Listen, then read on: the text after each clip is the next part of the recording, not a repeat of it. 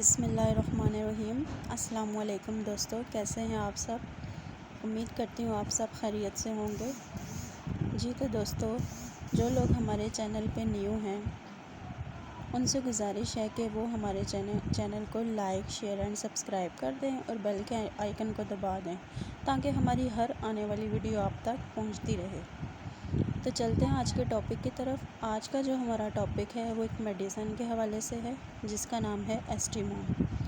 تو آج میں آپ کو ایسٹیموم کے یوزز اور اس کا مقصد بتاؤں گی اور اس کے فائدے اور نقصانات بتاؤں گی۔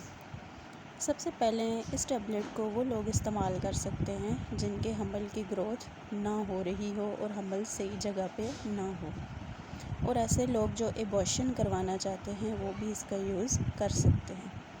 ادروائز جن لوگوں کو ایسا کوئی مسئلہ نہیں ہے تو وہ اس کا استعمال بالکل نہ کریں۔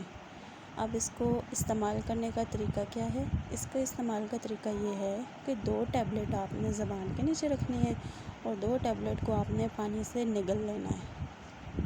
انشاءاللہ آپ کو افاقہ ہوگا۔